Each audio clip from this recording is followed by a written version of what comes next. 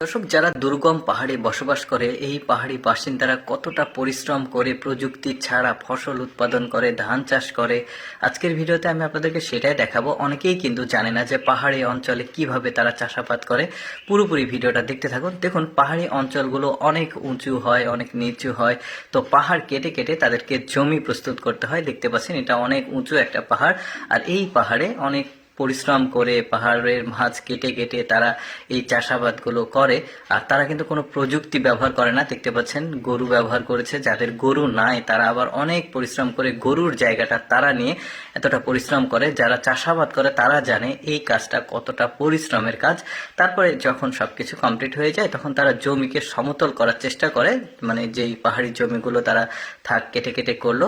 আবার কেউ কেউ আবার বিশেষ পদ্ধতি ব্যবহার করে, যেমন এই যে দেখতে পাচ্ছেন টায়ার দিয়ে পুরো জমিটা যে ব্রেঞ্চ দিয়ে মানে সুন্দর করে সমান করছে। এবার বীজ লাগানোর সময় এসেছে, এই যে বিচন বলি আঞ্চলিক ভাষায় আমরা। তো মেয়েরা কিন্তু শক্তপোক্ত কাজগুলো করে, যারা পাহাড়ি মেয়ে।